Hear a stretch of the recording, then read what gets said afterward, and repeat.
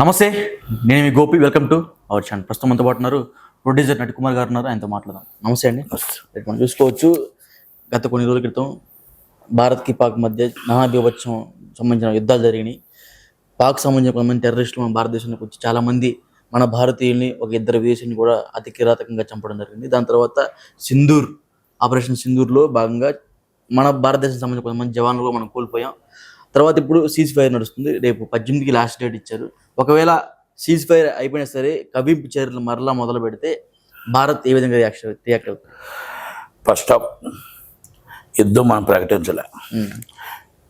మన ఆడబిడ్డల సింధూరం ఎప్పుడైతే వాళ్ళ బొట్టులు చెరిపారో, ఉగ్రవాదులన్న పేరుతో వచ్చి మన స్థావరం మీద, మన అడ్డ మీదకి వచ్చి 26 మందిని పట్టున పెట్టుకున్నారు.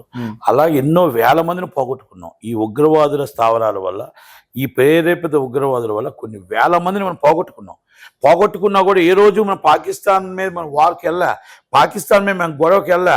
ప్రపంచ దేశాలకు ఇగో ఈ ఉగ్రవాద దేశం అని చూపించామే తప్ప ఏ రోజు చూపించలే. కానీ ఈసారి మనకి ఎప్పుడైతే 26 మందిని చంపారో, మోడీ గారు సింధూరం, ఆపరేషన్ సింధూర్ అని పెట్టి మన తిలకం ఆ కమిట్మెంట్తో ఫైట్ చేసి వన్ టైమ్ 7th నైట్ మొత్తం టోటల్గా 7-9 స్థావరాలు 100 మందిని మట్టి పెట్టేశారు. అంటే మట్టి మన వాళ్ళ అడ్డా మీదకి వెళ్ళి మనం మట్టి పెట్టి బయటకు వచ్చి 23 నిమిషాల్లో ఇద్దరు లేడీస్, ఆపరేషన్ సింధూర్ ఏ లేడీస్ అయితే ఆ లేడీస్తోనే ప్రెస్ మీట్ పెట్టించి మొత్తం 23 నిమిషాలు లేపాం. లేపిన తర్వాత మన మీద మళ్ళా డౌన్లు అయ్యి వేసి మన పౌరులు 15 మంది చనిపోయారు, 6 సైనికులు చనిపోతే దానికి ప్రతీకారంగా ఐఎన్ఎస్ మొత్తం టోటల్గా ఐఎన్ఎస్ విక్రాంత్ ద్వారా మొత్తం టోటల్గా బేస్లు మిసైల్స్ వేసి మొత్తం టోటల్గా మెయిన్ స్టేషన్స్ వేయగానే మొత్తం టోటల్గా ఒక 8-9 స్మాష్ చేసాం, చూపించాం. అది కూడా మేమంటే ఏంటో. ఓకే, అమెరికాని అడిగారా, లేకపోతే మనల్ని అడిగారా, ఎవరిని అడిగారో, రిక్వెస్ట్ చేసుకున్నారో, ఆపమన్నారు. సింధు జలాలు ఆపాం, అన్నీ ఆపాం, ఏ టు జెడ్ ఏం కావాలి అన్నీ ఆపాం. ఈ ఫైర్ ఆపమని చెప్పేసి అడిగారు. ఓకే, మీరు సీజ్ ఫైర్ 18 దాకా జరిగింది. మనం ఒకటే చెప్తున్నాం, ఉగ్రవాదానికి మనం వ్యతిరేకం. ఉగ్రవాదుల్ని ఉగ్రవాదులను వదిలే ప్రసక్తి లేదు అని చెప్తున్నాం. మన దేశం 140 కోట్ల ప్రజలకి, ఆర్మీకి, త్రివిధ దళాలకి అండగా ఉంది. మనం అడుగుతుంది ఒకటే, కాశ్మీరు మనదురా, ఎవడబ్బా సొత్తు కాదురా. ఈ ఉగ్రవాదులను వదిలే ప్రసక్తి లేదు. ప్రపంచ దేశాల చిత్రపటంలో ఈ ఉగ్రవాదులు మట్టి పెట్టి తీరుతాం. పాకిస్తాన్ సపోర్ట్ చేసి ఉగ్రవాదులు ఎవరైతే ఉన్నారో వాళ్ళందరూ ఐక్యరాజ్య సమితి ఎవరైతే అనౌన్స్ చేశారో వీళ్ళు ఉగ్రవాదులని, వాళ్ళందరూ మీ పాకిస్తాన్లో ఉన్నారు కాబట్టి వాళ్ళందరినీ మీరు భారత్కు అప్పగించండి అనేది ఫస్ట్ చర్య అయితే. సెకండ్ చర్య, పిఓకేని మాకు హ్యాండ్ ఓవర్ చేసేయండి, ఇక్కడ మొత్తం ఏ డిస్ప్యూట్స్ ఉండకుండా అయిపోతుంది అనేది చర్చలు. ఈ రెండు తప్ప సిమ్లా ఒప్పందం ప్రకారం ఎవరో మధ్యత్వం అవసరం లేదు.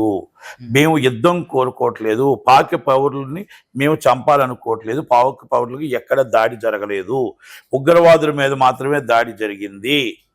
ఇది మనం యుద్ధం కోరుకోవట్లేదు.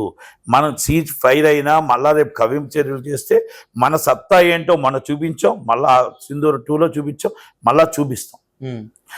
ఈ మొత్తం త్రివిధ దళాలు కూడా మొత్తం అలర్ట్గా ఉన్నాయి. దానికి 140 కోట్ల మంది ప్రజలు వాళ్ళకి అండగా ఉన్నారు.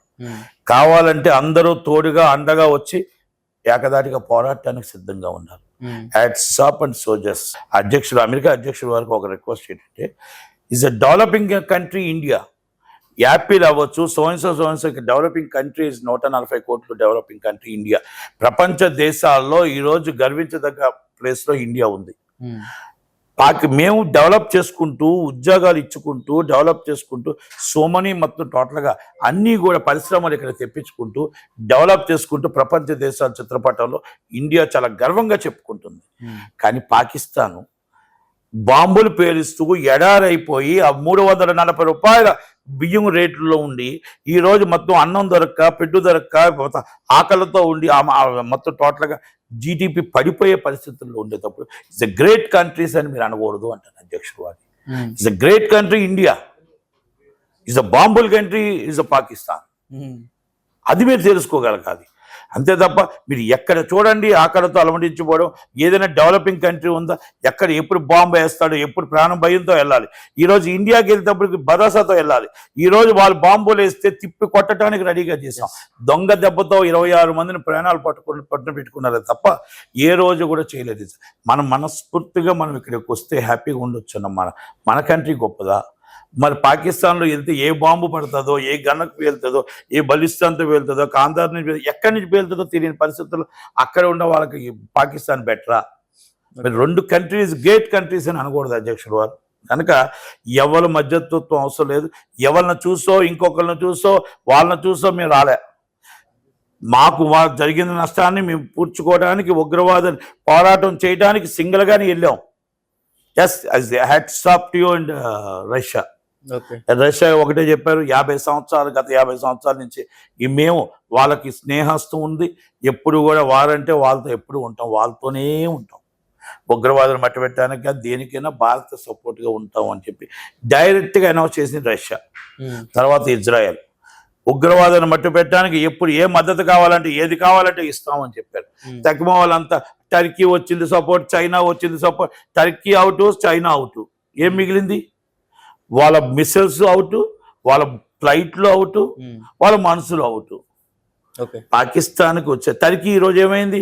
వాణిజ్య ఒప్పందాలు క్యాన్సిల్ అయ్యాయి, మొత్తం సర్వీస్ ప్రొవైడర్స్ క్యాన్సిల్ అయ్యారు, మొత్తం టోటల్గా ఫ్లైట్లు క్యాన్సిల్ అయ్యాయి, వెళ్ళిన మనుషులు క్యాన్సిల్ చేసుకున్నారు.